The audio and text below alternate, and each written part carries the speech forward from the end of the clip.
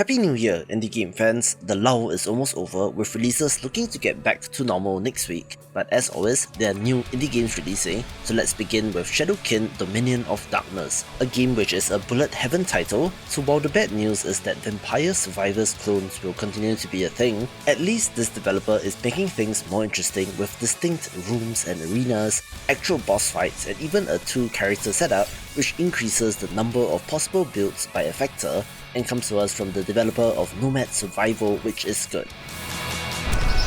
Another quick hit here is Total RPG, which stands for Towers of the Ancient Legion, which explains why it is capitalized all weird, looking like quite the classic Diablo-style action RPG, but in which you are sending up the levels of the tower and battling the enemies within. It's not the most beautiful looking game, but there have been notable ARPGs with a similar kind of look, so I'll give it a pass, with this having an infinite end game so you can keep playing if you want to.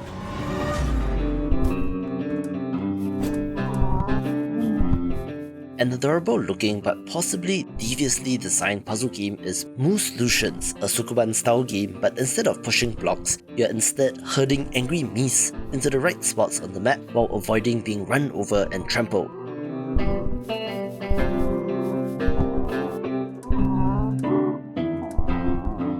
Of course, there will be various additional objects to interact with, such as a cart, as well as moose behavior that you need to learn, such as when a moose collides into another one, it causes the first moose to turn, looking like a head scratcher, where if you're not familiar, do look up real life videos on these creatures and get absolutely terrified by their size.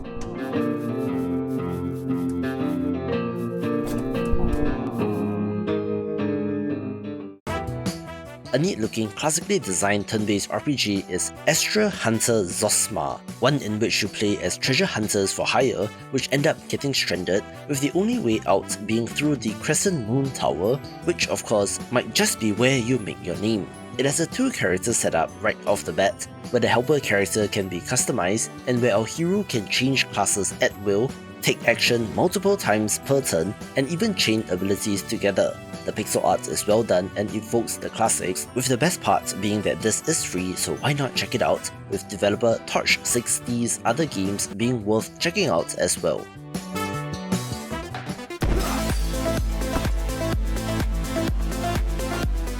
An impressive looking first-person parkour platformer that I have my eye on is Kickbastards, in which you are in hell and are attempting to get out of it, but the devil is on your tail and chases you across the various levels in the underworld.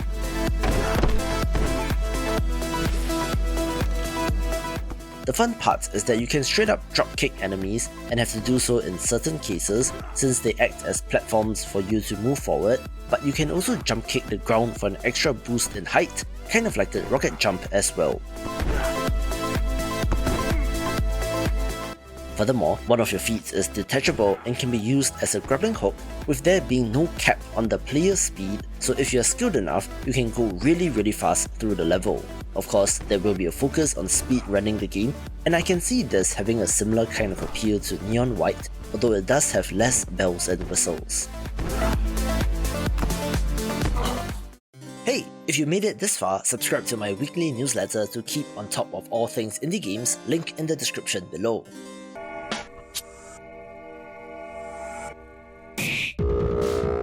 A game that you can only find in indie games is Skeleton Rebellion, a title that is pretty horrifically low fidelity in a good way, I think, being a classic turn-based RPG that looks like it was made in RPG Maker, but has changed things so much that it doesn't even look like your box standard low-effort RPG Maker game.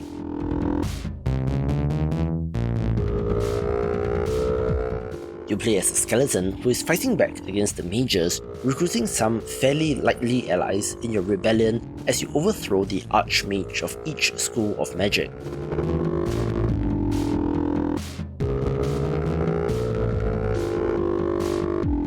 The almost claymation-like characters, the weird animations, and the frankly bizarre nature of this title looks intriguing, and while I don't know if it will be any good, at least it got my attention.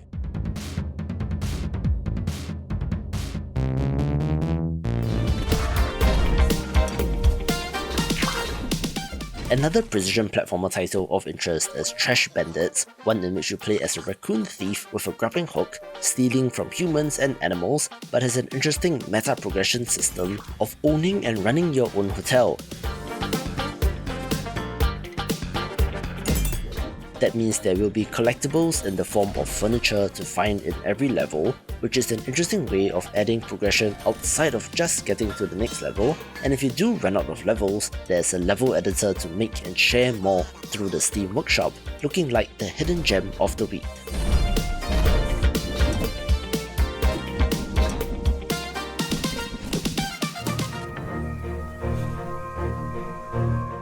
An impressive looking and spooky point-and-click adventure game is The Night is Grey, telling a story of a man in the woods filled with wolves who is running for his life, but then stumbles upon a lost girl in a cabin, and together they must find a way to survive. I don't know about you, but that description alone is giving me all sorts of bad vibes, and that quite possibly horrible things will happen to these two characters, but therein lies the thriller nature of the game. Although from the stinger right at the very end of this trailer, I fear my suspicions will be proven true. However, the animations are painstakingly handcrafted, with each being 12 frames per second, which is supposed to be the same as the classic 2D animations, looking like quite the impressive package.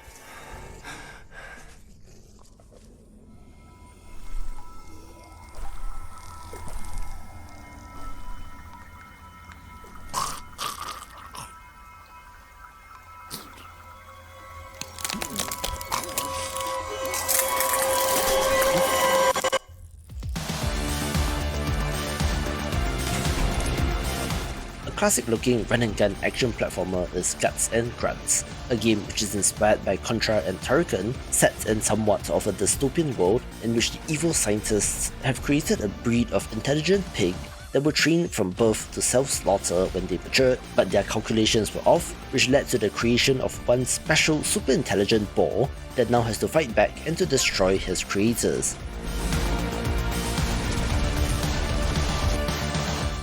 Needless to say, I like the pixel art here, which is very clean and well done, not surprising since it comes to us from developer Cascadia Games, who also made Moon Raider, with the action looking pretty intense and fun, with power-ups and upgrades as well.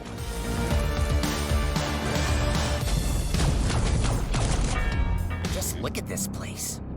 All been falling apart after she was murdered. She was the only thing keeping this place together. If we want to survive, somebody has to get this place back in shape. Yeah, that's our job now. Isn't it exciting? This next title is an indie game insofar that Portal Revolution is a mod for Valve's classic made by a third-party developer, but of course the IP isn't exactly one, but technicalities aside, more Portal is always welcome. If you're not familiar, this is a first-person puzzle game that coined the phrase "made you think with portals," having such an influential mechanic that it kind of changed puzzle games forever, which is even more impressive given the climate of first-person shooters when this first released. The mod is set in the time period between Portal 1 and 2, with it containing 40 new puzzles, new test elements, and also elements from Portal 2 which are not presented in the same manner as in that game, with this mod being free as well and is a no-brainer pick. If you want more good games of 2023, watch this video for a quick recap.